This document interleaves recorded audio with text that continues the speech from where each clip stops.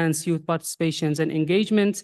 We will be going through the Global Waste Management Outlook, the second Global Outlook report, which is soon to be launched in YEA 6, as we understood. So we will have the chance to hear for the first time about some of the how we can use these findings and the recommendations from the Outlook in enhancing the waste management. We will hear also from different youth engagements in different key processes, as I mentioned, and lastly, we will be joined by the UNEP Wastewater Initiative to learn more about their engagements and their activities.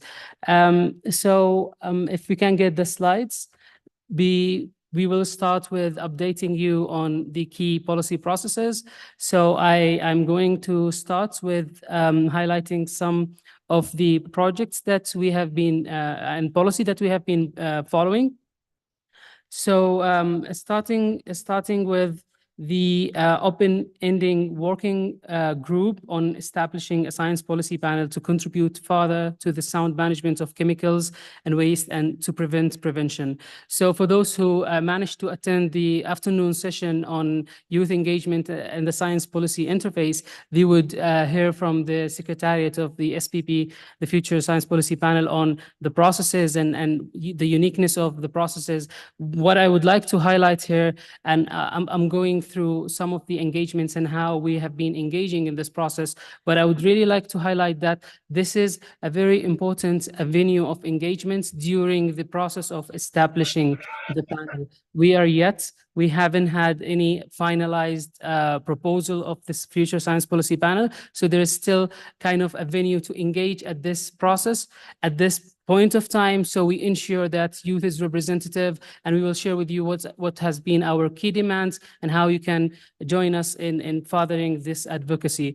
So very briefly, the SPP, or the Open-Ended Working Group on the Future Panel, started and coming from UNEA Resolution 5/8, where member states highlighted and identified the need of having a science policy panel to address the pollution, chemicals, and waste.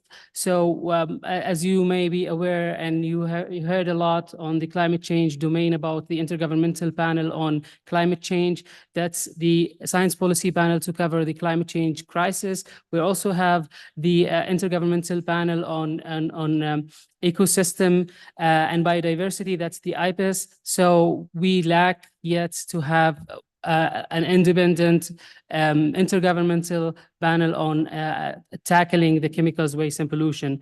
So the next slide will show you the timeline of the process. So the process started with WEG 1.1 and 1.2, where member states, and it's a party-driven process where observers having the chance to contribute to the negotiations, adding their own inputs.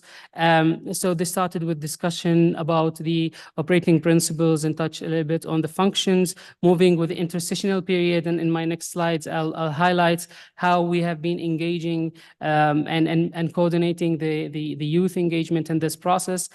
Week 2 took place in Nairobi last December, where more substantive discussion took place on operating principles, functions, institutional arrangements, and also touched on the panel structure and among other stuff. So the third session would take place in June this year, and it aims to end the discussions and the negotiations about the panel. And in my next slide, I'll highlight some of the avenues that we have been engaging at the Children and Youth Major Group, coordinating youth engagement.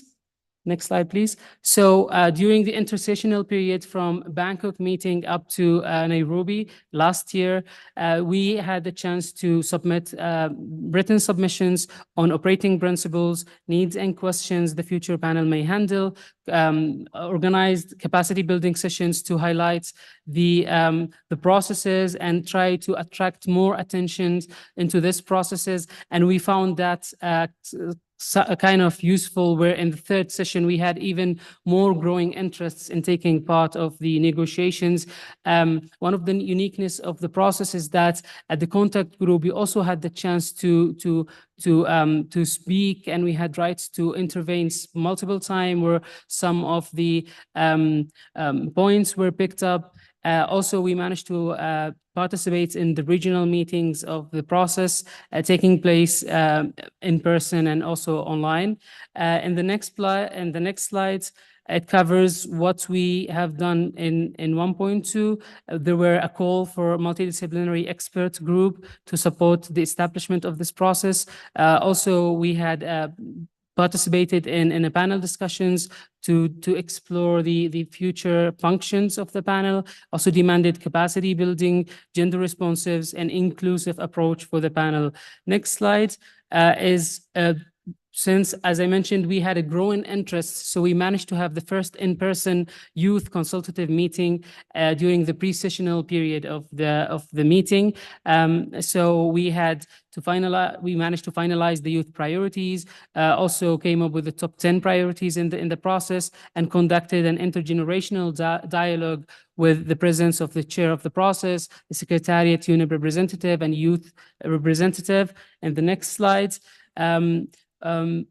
Before I turn the mic to my colleague Rabib, I just wanted to highlight that the third session of the open-ending working group will take place in June, as mentioned.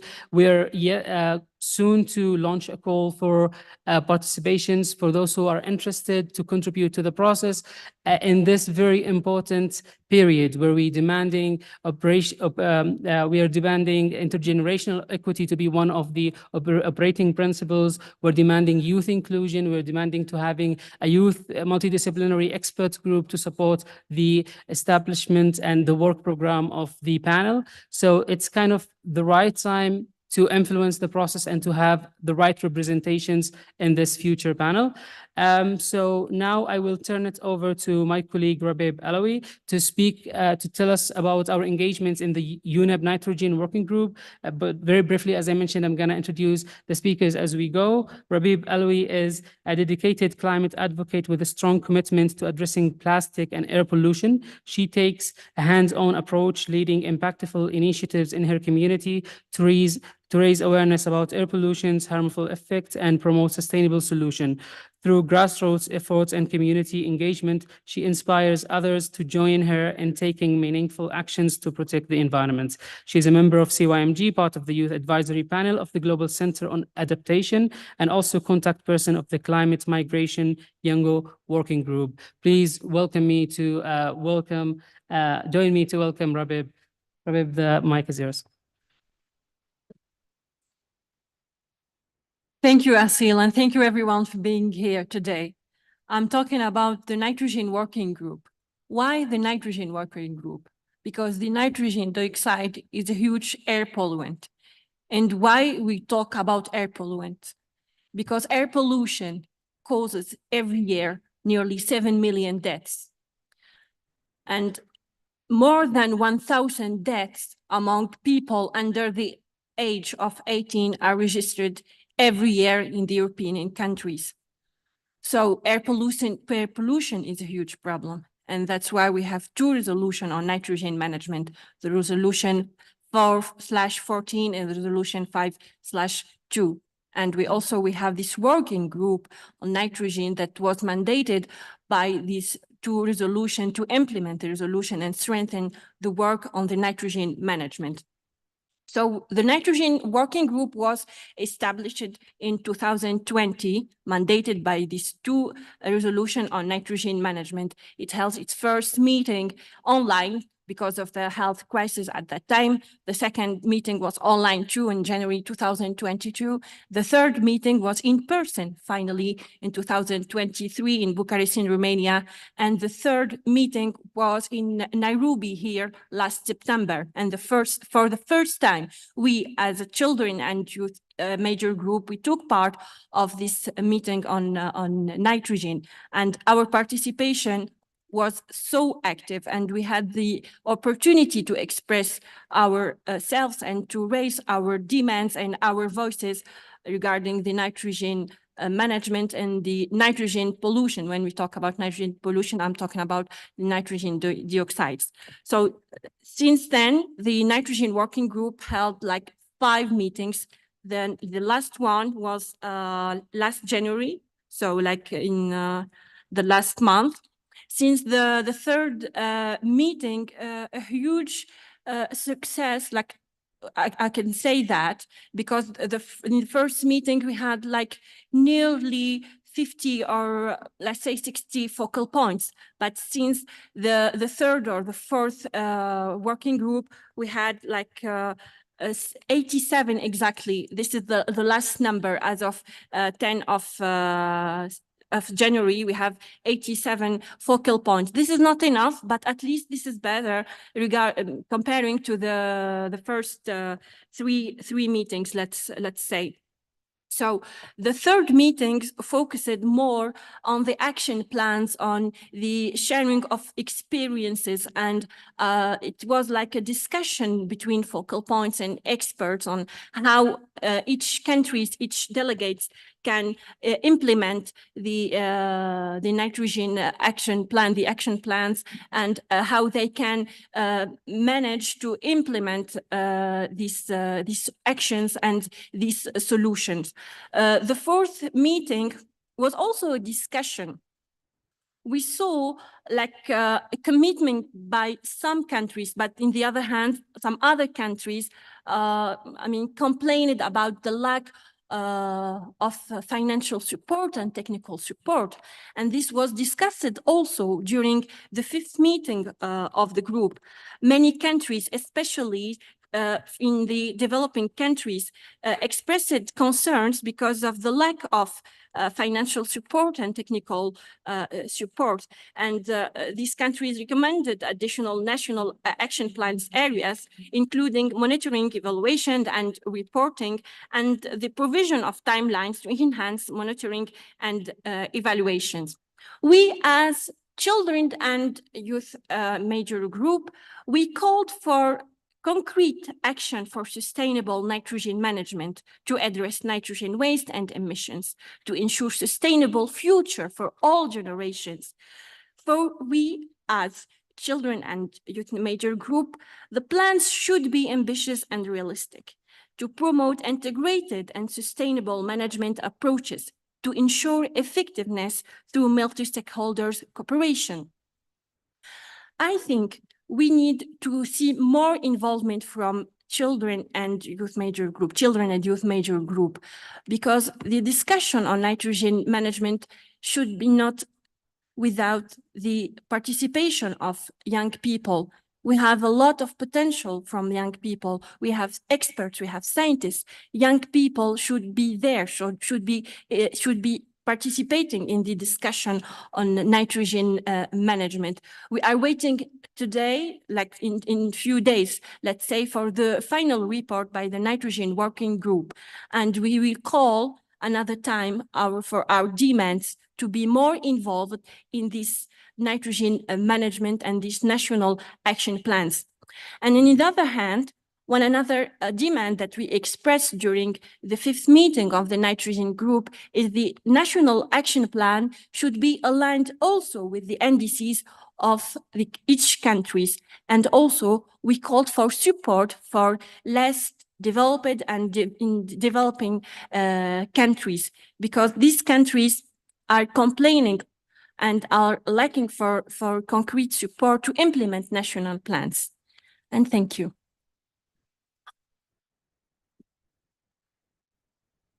Thank you so much, Rabib. And moving forward with discussing the key policy processes on the domain of chemicals, waste, and pollution, we would now give the floor to Shannon Leza. But before that, I'm introducing her. So Shannon is currently serving as the global focal point of the Chemicals and Waste Youth Platform. She has worked alongside frontline communities for over 8 years to investigate and control chemical contamination at industrial sites and direct media and policy attention to the pollution crisis. She previously served as the Toxis Program Director for the grassroots nonprofit Edison Wetlands Association. Currently, she works on national and international environment remediation projects with Mundell and Associates, an environmental engineering firm. Her work has taken her everywhere from out in the field, analyzing samples inside a laboratory on wheels, to digging into environmental mysteries in government file rooms, to pushing for stronger policies on chemicals management in Washington, D.C. And as you saw in her opening keynote address, she mentioned that there are a lot to update. So the floor is yours, Shannon.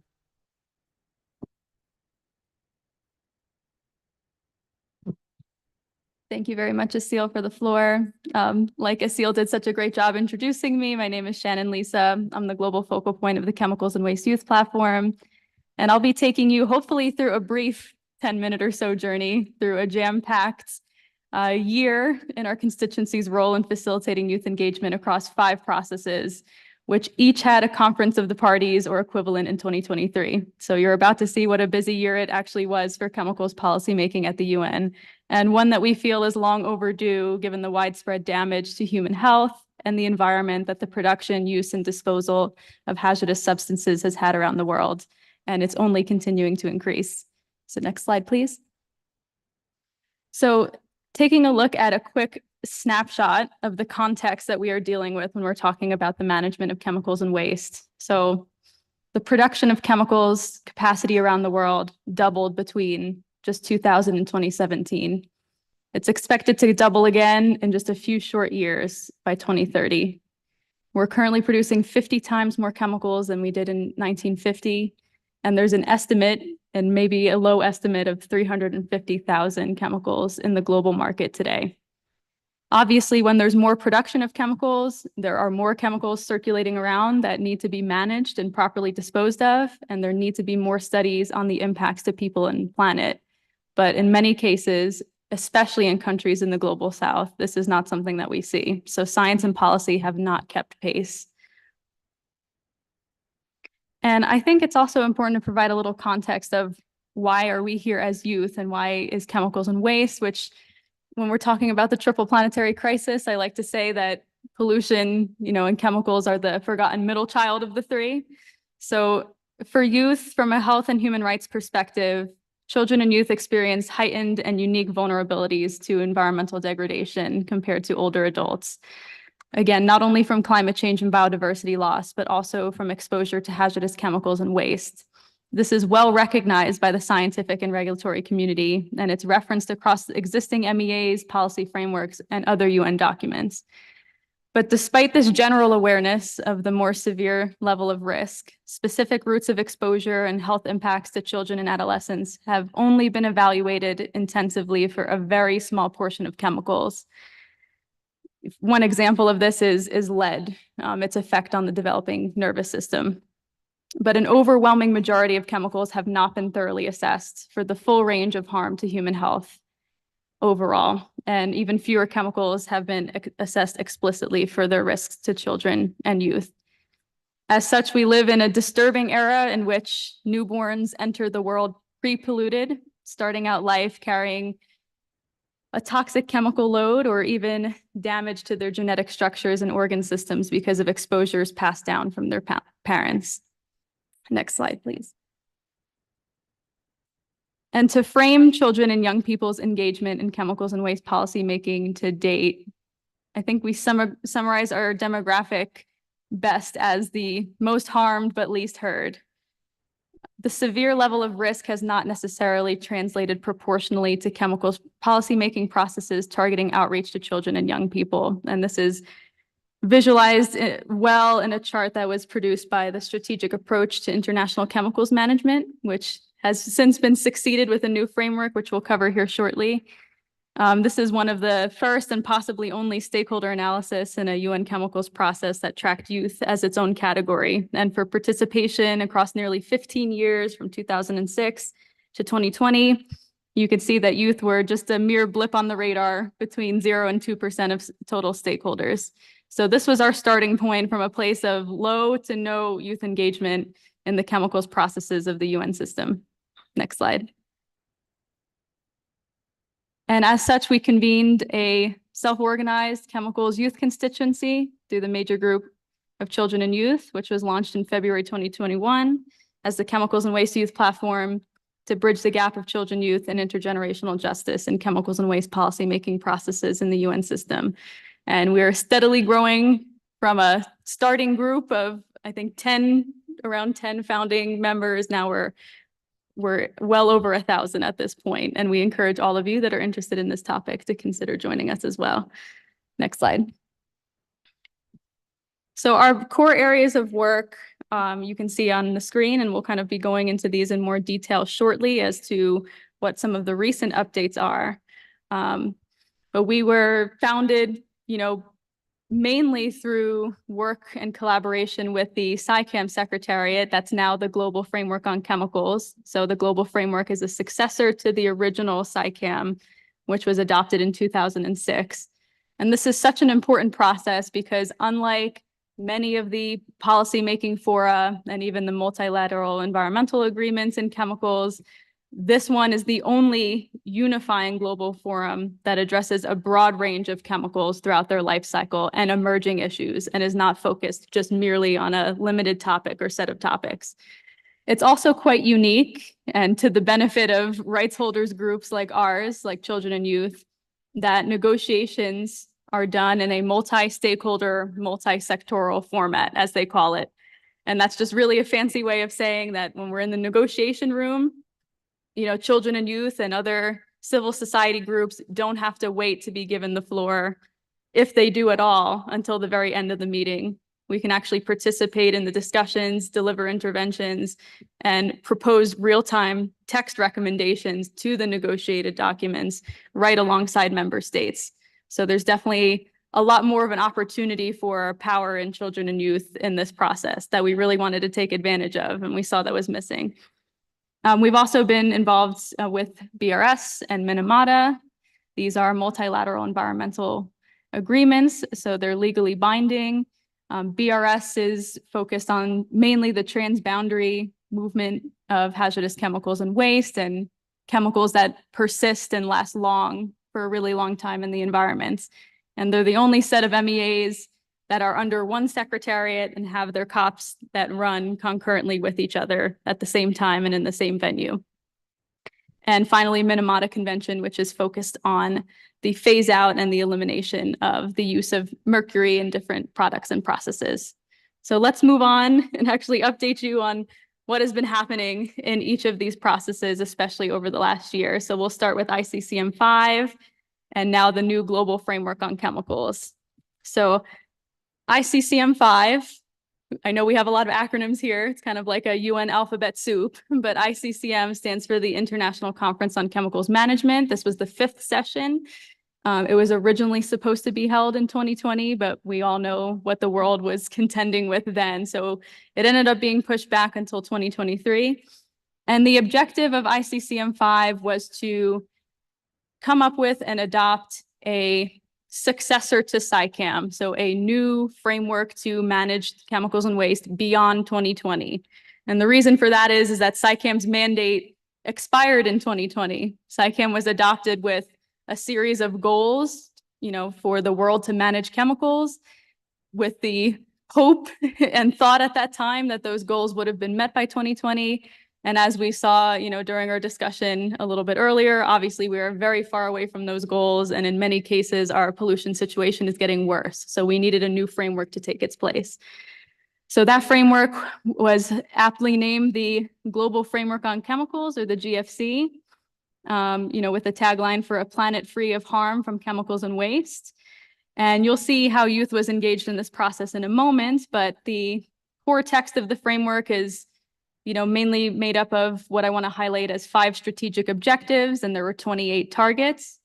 One of those targets were actually proposed as text by youth in the very room that you're sitting in back in February and March of 2023. So during the intersessional process leading up to ICCM 5, youth proposed text on monitoring and surveillance data, and particularly what's called disaggregated data. So taking a look at how chemicals and waste impact different demographics and different geographic regions, with a main focus on age disaggregated data, gender disaggregated data. So after much negotiation, that target successfully made it into the adopted framework, which was a huge win for youth. There was also a bond declaration as part of this process. This is a high-level declaration. So this declaration recognized pollution as the largest risk factor for disease, that the sound management of chemicals and wastes is crucial for health and the environment, and that we have not met those goals of 2020. So urgent, strengthened commitments across all sectors, across all stakeholders, all countries are required. And there was also the establishment of a global framework on chemicals, or a GFC fund. This is sort of a time-limited fund set up to support the mainstreaming of chemicals and waste and the implementation of the framework. And it'll coordinate with existing chemicals financing that's done through the UNEP, what's called the UNEP Special Program. It's also called the Chemicals and Waste Management Program, and also funding that's allocated to chemicals by the Global Environment Facility. So we'll move on to the next slide. So as for youth engagement in ICCM5 and the global framework, we were very busy bees during this week. We had a global youth declaration focused specifically on chemicals and waste. This was actually presented by one of our youth delegates from St. Lucia during the high-level segment of ICCM5. Among many different statements made in that declaration, two of the most important ones were recognizing that children and youth experience heightened levels of exposure to hazardous chemicals and waste and unique vulnerabilities to irreversible health impacts during different stages of growth, and that these specific risks require specific policies to protect the health and rights of children and youth. And also that we must identify and enhance understanding of those differentiated environmental health impacts to vulnerable population groups, including children and youth, as well as between regions through rigorous interdisciplinary research and monitoring programs. So that's that disaggregated data points. We also hosted the first youth forum on chemicals governance. So this was a special event of ICCM5. It was done in partnership with UNEP's, the SciCam secretariats, and the German Ministry on the Environment that supported youth engagement at ICCM5 financially. We had 4 thematic sessions. We also had an intergenerational dialogue with government ministers, the executive secretaries of the different conventions and UNEP agencies, and the impacts and priorities from chemicals and waste to children and youth were profiled in several media publications. And there's one link there to an IISD report focused just on this youth forum. And we're hoping that this becomes sort of an institutionalized thing now in this process, where every year we'll have, youth engagement along with a youth forum at the, what now will be the international conferences of the GFC. And of course, we were highly active, as I mentioned, in the negotiation room. So we proposed that target B7 during IP 4.2 here in Nairobi, and we defended it successfully at ICCM5 through adoption, obviously with some changes along the way as it was negotiated. We also co-sponsored a resolution on mainstreaming gender perspective and the empowerment of women and girls in chemicals and waste management, and made sure that as much text on youth, children, and other rights holders groups was included in the GFC and in the bond declaration. And where we go from here is that we're going to be continuing, through this year and over the next several years in the implementation of the GFC and towards what will be its first international conference that'll come up in 2026. So taking a look here at BRS now. So thank you very much. So again, like I mentioned, BRS are the only conventions that are conducted jointly in terms of their conferences of the party. So it was also a very busy 2 weeks, similar to YEA, where there's a lot of meetings happening and a lot of negotiations happening at once.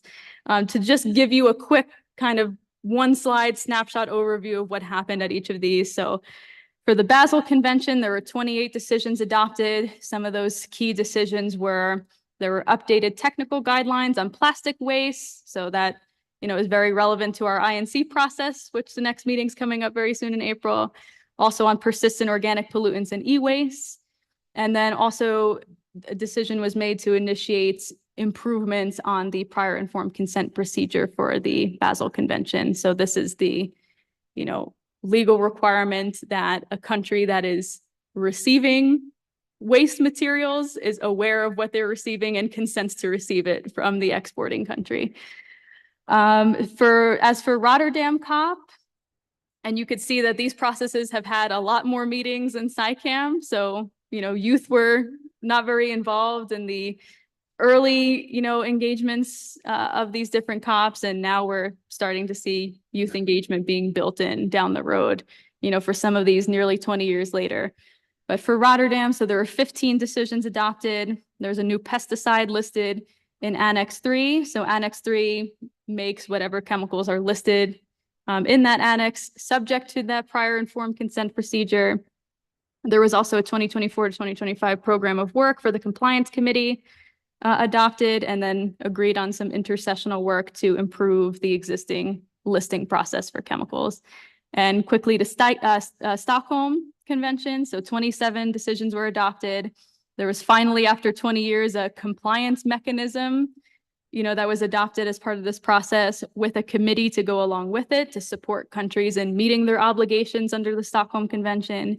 3 new chemicals were listed in Annex A. So Annex A requires countries to take measures to eliminate the production and use of certain chemicals. So we saw 1 new pesticide and 2 new industrial chemicals listed to that annex. And there was an updated progress report on PCBs, which have very rapid deadlines coming up for the phase out of the use of PCBs and things like electrical equipment, transformers. So that was a quick overview of BRS. And for our engagement there, so we're really working on also alongside SciCam, building long-term youth engagement in BRS. So we had the first ever youth delegation at these 2023 COPs. There was a proposal for a children and youth action plan within BRS to be created. So there's an existing gender action plan, and taking inspiration from that one, we proposed wanting to see a children and youth action plan. And then we also organized several side events. So one of them was jointly with the BRS secretariats. It was called Next Generation Chemicals Action. We also had a side event focused on youth engagement at the national level in implementing the provisions of these conventions in their countries. And then we supported the BRS Secretariat with the launch of a new chemicals educational game. It's an escape game called Next Exit. So quite a lot of activity there as well on the youth side.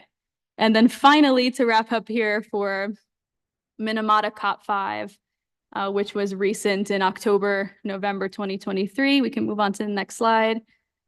So here, again, this convention is focused on mercury. So there were 23 decisions adopted. One of those decisions was to proceed with updating mercury phase-out dates for products.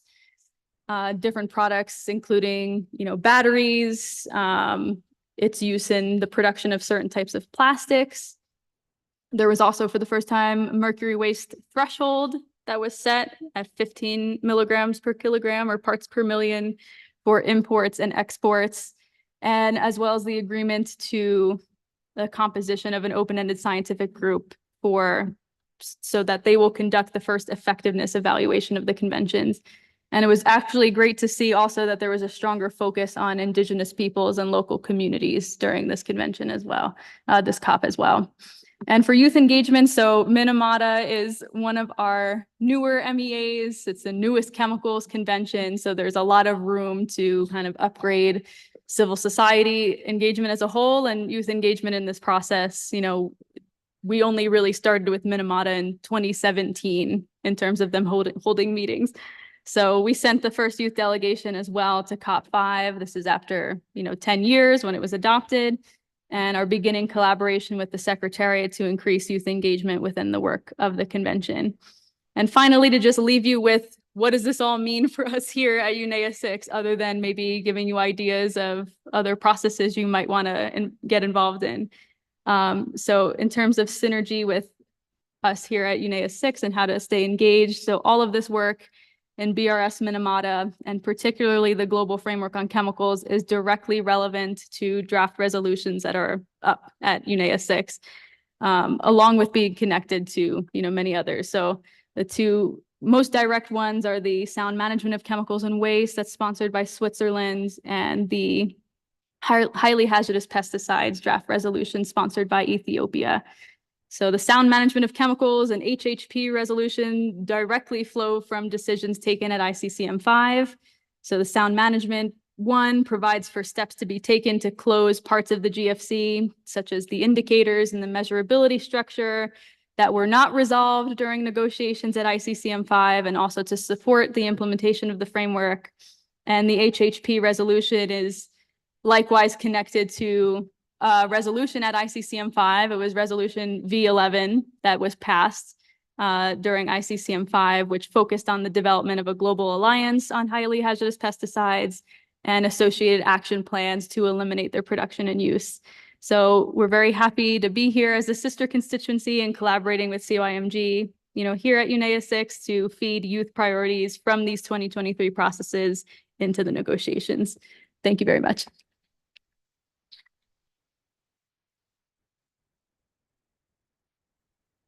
Thank you so much, Shannon, for this informative presentation.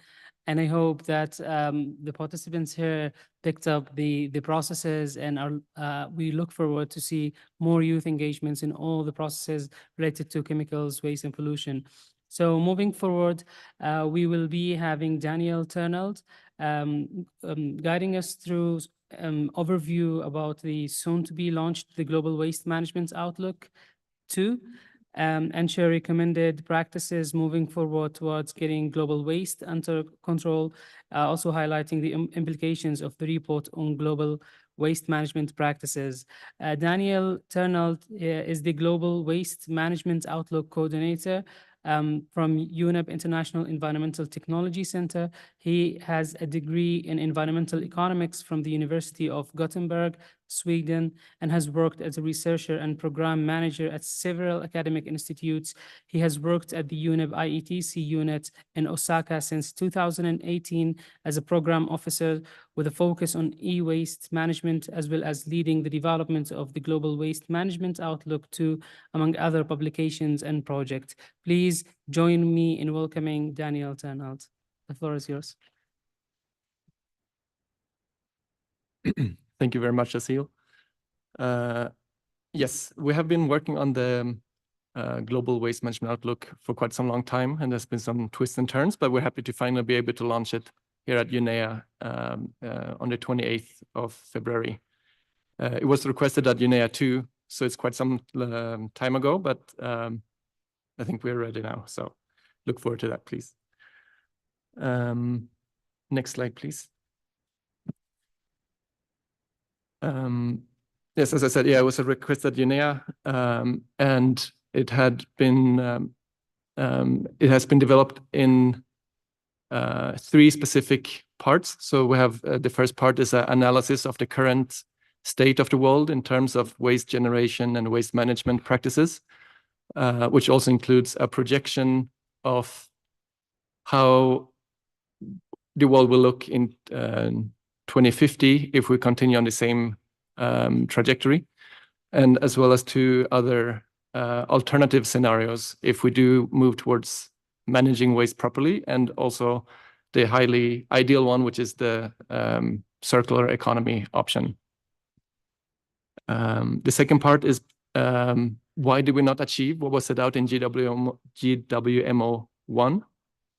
And lastly, what do we do to achieve it? How do we move forward in order to work towards a zero waste planet? Next slide, please. Oh, sorry. Yes, that one, my bad. So where are we now? In short, we're in trouble. We're currently drowning in waste, generating more than 2 billion tons of waste every year. And if we continue this kind of trajectory, we will be increasing that number by 65% by the year of 2050. And also, when I talk about waste here in terms of this report, I talk about municipal solid waste, which refers to all the waste that we generate in our households and in our municipalities, basically. So sometimes that includes small businesses, but we're not talking about industrial waste, chemical waste, healthcare waste, or mining waste in that sense. So we're focusing on the kind of the waste that we generate us here on a daily basis. There's a significant part of the global population, almost 40%, that doesn't have any waste collection services at all, and are often left with the only option of open dumping and open burning of the waste.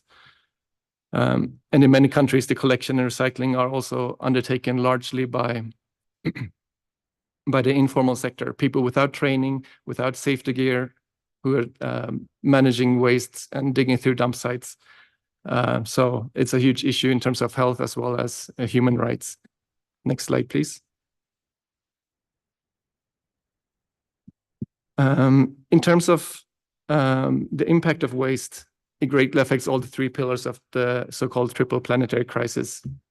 So regarding the climate crisis, collection, processing, and disposal of solid waste generates CO2 and other greenhouse gases, which puts into, including methane released from waste disposal sites and black carbon emitted from open burning of waste, all which are speeding up climate change processes. Next is pollution. Long-term pollution by waste, which is also one of the main drivers of biodiversity loss, puts the integrity of the ecosystem at risk. For example, waste disposed on land can cause long-term pollution and freshwater sources by pathogens, heavy metals, endocrine disrupting chemicals, and other hazardous compounds. And in addition to the impact from the pollution just mentioned, biodiversity is also affected by waste disposal in other ways. Open burning of waste releases unintentional persistent organic pollutants or forever chemicals that can be transported long distances in the air, concentrate in the food chain, and have a significant negative impact on wildlife and human health, including causing cancer and infertility. Next slide, please.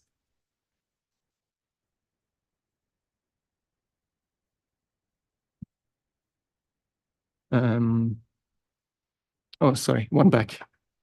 I can't see my slides properly, so I might have messed up. Sorry. So how do we get I'm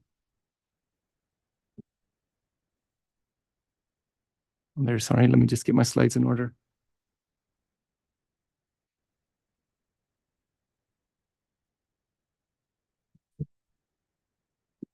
Impact of waste. What? Yeah, sorry, my own slides are not synced.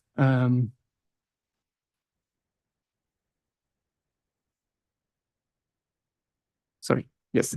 In terms of impact of waste. No, I said this. I'm so sorry. One forward. Might be a bit jet lagged. Okay. So in terms of factors affecting municipal solid waste generation, the biggest factors are population growth and GDP growth. And in this graph, we can see that the correlation between GDP and waste is, well, it's parabolic, but they have a positive correlation. So each dot here is a country, and it's placed in the graph based on its GDP and waste generation.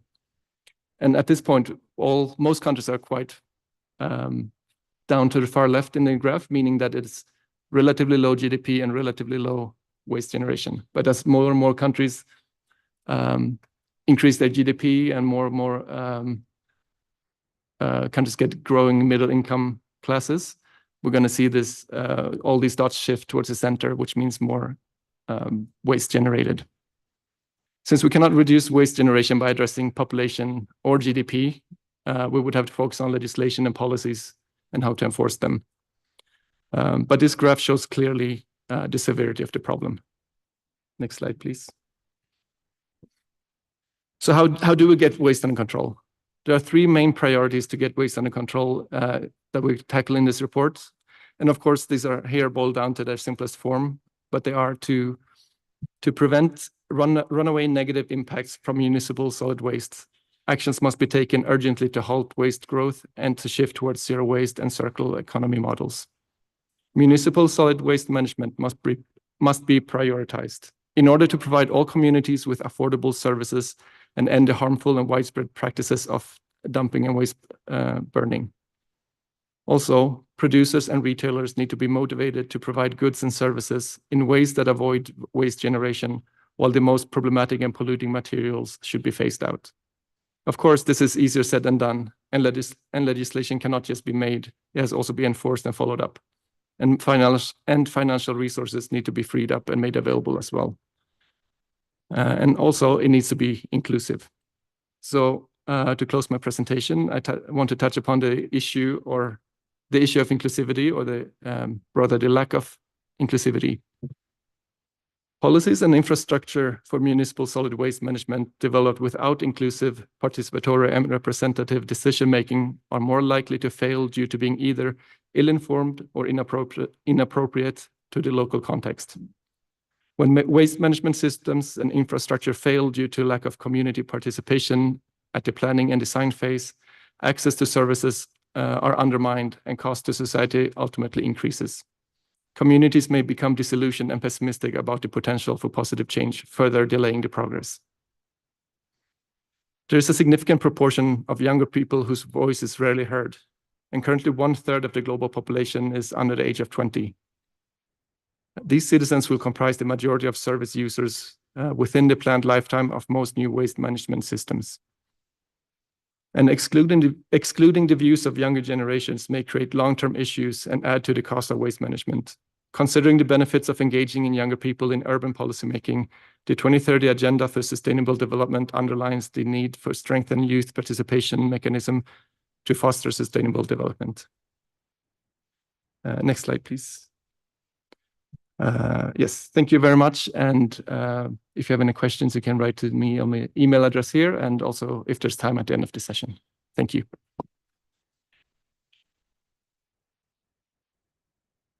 Thank you so much, Daniel. And something I would like to echo, and I picked from the last points he addressed, that the lack of inclusivity in these processes. So I hope that moving forward, we will see more inclusive processes in the domain of chemicals, waste, and pollution. And moving forward, we are having Josephine Warimo. She's joining us from the Global Wastewater Initiative.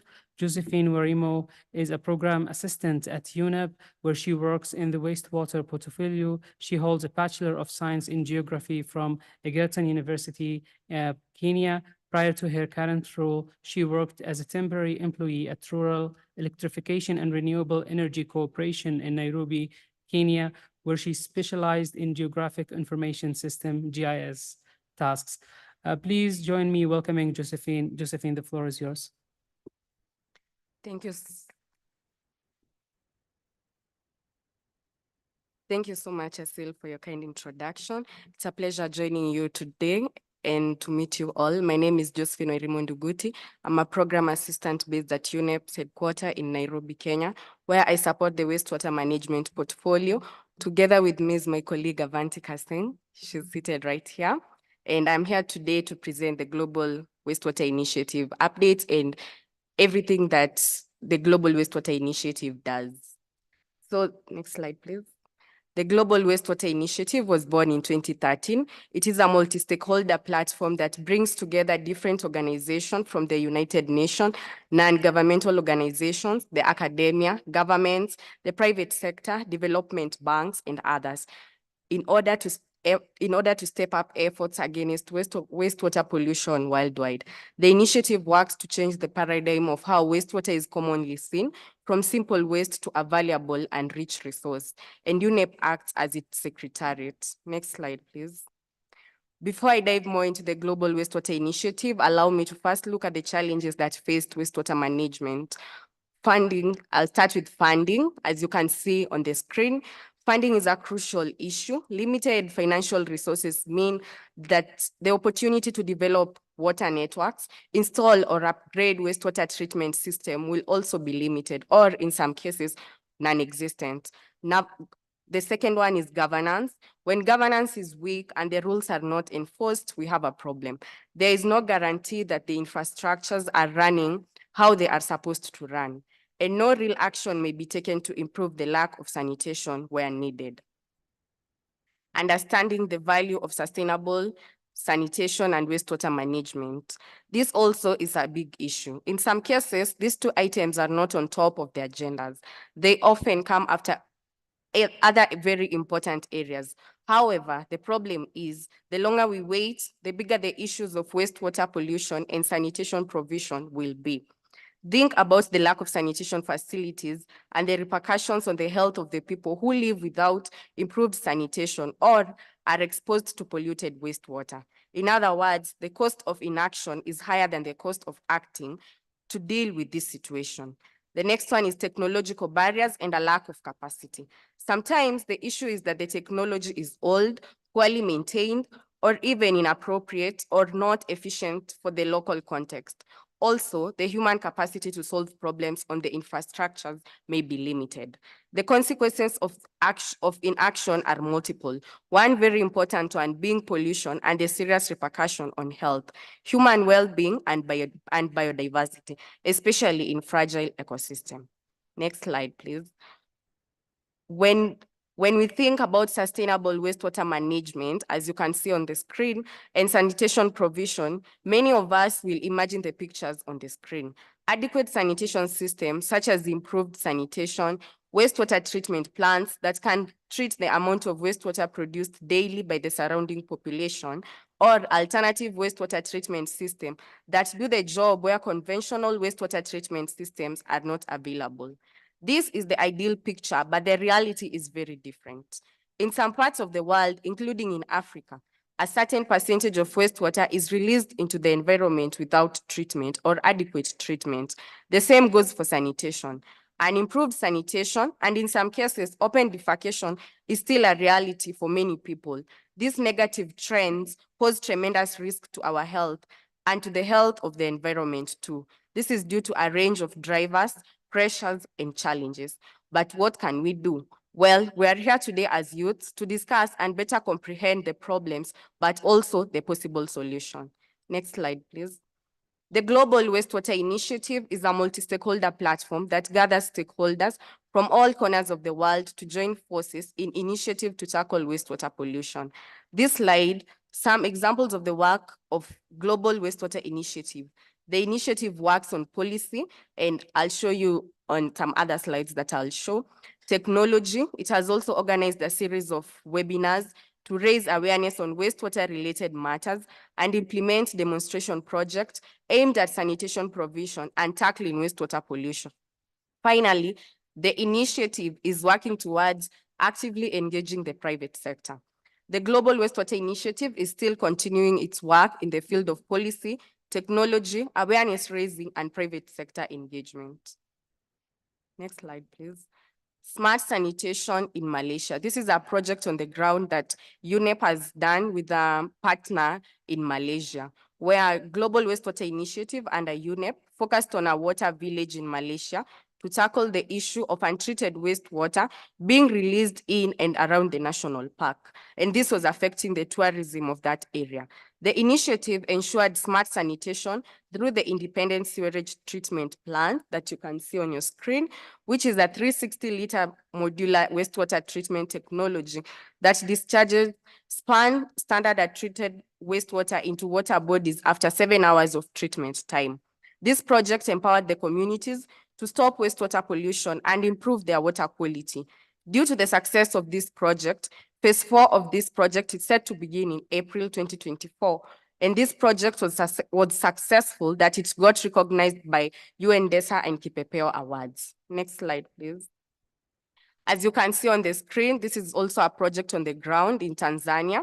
And this is a project in Tanzania where Global Wastewater Initiative under UNEP collaborated with BORDA, that is Bremen Overseas Research and Development Association, to implement a project aimed at scaling up decentralized wastewater treatment system in Tanzania. With this being a hospital, the wastewater is treated through a constructed wetland and the water reused for landscape irrigation. And some recent highlights from the Global Wastewater Initiative. In August 2023, Global Wastewater Initiative and Global Partnership of Nutrient Management jointly organized a webinar titled Closing the Loop, Nutrient Recovery from Wastewater, and another event at World Water Week on Scaling Up Solution on Nutrient Recovery from Wastewater. The two events, with over 120 participants, brought together stakeholders from different sectors, such as private sector, government, and NGOs, and highlighted good examples and innovation from the field. In 2023 also, Global Wastewater Initiative and Global Partnership of Nutrient Management held a joint event at COP28 that focused on wastewater and nutrient management, a key for climate, water, food, and security, and energy security. A Global Wastewater Initiative flagship report titled Wastewater Turning Problem to Solution that was released last year in August 2023 during the World Water Week, produced in collaboration with Grid R&L. The publication was launched during the World Water Week in August 2023, and the report is still available online. So please feel free to check on Google. You will find the publication there and go through the various innovative technologies that different countries are using in dealing with wastewater management. And our pipeline for 2024-2025, we are strengthening the Global Wastewater Initiative and long-term program on wastewater for UNEP. And we are working on global solution platform on innovation for wastewater, estimating wastewater and nutrient contribution for climate change mitigation, capacity building for wastewater monitoring and surveillance in Africa, new phase of projects related to recovery of nutrients in India, decentralized wastewater treatment system in Tanzania, addressing wastewater and nutrient pollution in Sabah, Malaysia, other awareness raising and capacity building, that is webinars, articles, and stories. Thank you so much for your attention. If you want to know more about the Global Wastewater Initiative, kindly we can have a side chat after the session. You can either reach out to me or my colleague Avantika Singh, and we'll tell you more about the Global Wastewater Initiative. Thank you.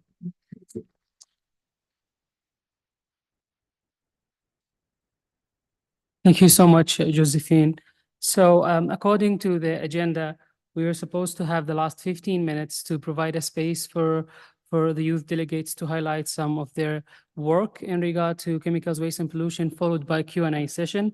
But unfortunately, we ran out of time and we went over, even exceeded the time. So for the coming few minutes, we would open the floor trying to combine both. So if you want to ask any question for the panelists or have any project that you would like to highlight or like kind of best practices or any topic related to chemicals, waste, and pollution prevention, please feel free. I have a hand raised there. Please. Thank you. My name is Theo Silverstone. I work for UNEP in a global environment facility funded team on chemicals and waste. I just wanted to say that it's incredible, all the work that you've been doing. And from my perspective, I mean, Shannon and I know each other. We're just excited to see how we can collaborate in the future and involve youth voices, both in our projects and programs, but also in the communications that we do. I just wanted to put that on the record. So thank you. Thank you so much. Yes, we will take two more speakers, please. My name is Gloria Otinga. I am a final year student of radiography from Kenya. Recently, we've seen so much advocacy on nuclear energy, which I fully support because this will help us in climate mitigation and also promote renewable energy and clean energy. On the other side, nuclear energy is involved with nuclear waste, which I believe is part of your initiative, which I fully support and appreciate your efforts. Now, in terms of nuclear waste, we understand that nuclear takes a long time to decompose and decay. So recently, Kenya was cleared by the International Atomic Energy Agency to proceed and build nuclear reactors in the South Coast, Kilifi County. And I was just going through social media and I saw people concerned about nuclear waste. They were, someone just said, I don't know if it was out of ignorance or out of an informed perspective that we have struggled with general waste. How will we manage nuclear waste? So I would like to encourage my fellow youth and Kenyans who are advocating for nuclear. We go remotely and inform people of the dangers, and also the government and also all other international agencies can help inform, create awareness, and also form regulatory bodies that are able to mitigate this nuclear waste, and also so that in the end we have the 50-50 win. Thank you so much. Thank you so much. I see now 3 hands raised, but we take 2 from the middle. I'll take the last one from the right, and then we will close. But if you have any questions later on, please feel free to approach any of our panelists and ask your question. The last one. So good evening, everyone. I'm Bumesh Kumar Staram from Mauritius, and it's globally known as a small island developing state. But the fact that the world doesn't know that it's also a big ocean state with the large EPZ that we have, and it includes other island states as well. And the main problem which we face is the problem of plastic pollution. And I would like to share best practice from our region, whereby it is to show the world that regional economic communities and regional organizations, they play an important role in including the youth in projects which includes waste management and the combating of plastic pollution. For example, recently, the Indian Ocean Commission Council of Ministers has approved a strategy which now includes the youth in all the decision-making process of the organization, whether it is a ministerial conference or any other activities, which includes activities related to circular economy, among others. The youth is always present. And there is a recent publication which is on how the intellectual property has a direct nexus with the innovative projects based on the circular economy. And these recommendations are very important and pertinent, because when we speak of innovative measures, we speak of the youth. And when the young people of the Indian Ocean region are being able to provide projects or being able to design projects that promote the circular economy to combat the problem of waste management and plastic pollution. So I believe that these best practices must be shared with the House. Thank you so much. Thank you so much. So before we officially close the technical session, I have just a couple of points that I would like to highlight. The first one would be that the way forward, and speaking on pollution and chemicals waste, we would be having a very important session tomorrow, consultation workshop on the revised zero draft text on the international legally binding instruments on plastic pollution at 11 a.m.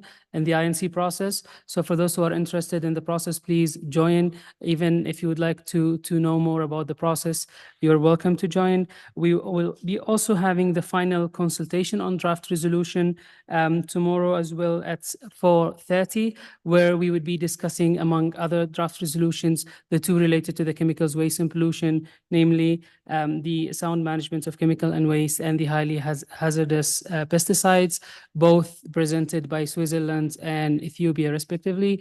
And after this session, we will be also having, and this is the last point, the Global Youth Declaration on Environment, the last consultation session, and you're all welcome to join. That's it from us, and thank you very much for your dedication and staying to this time. Thank you.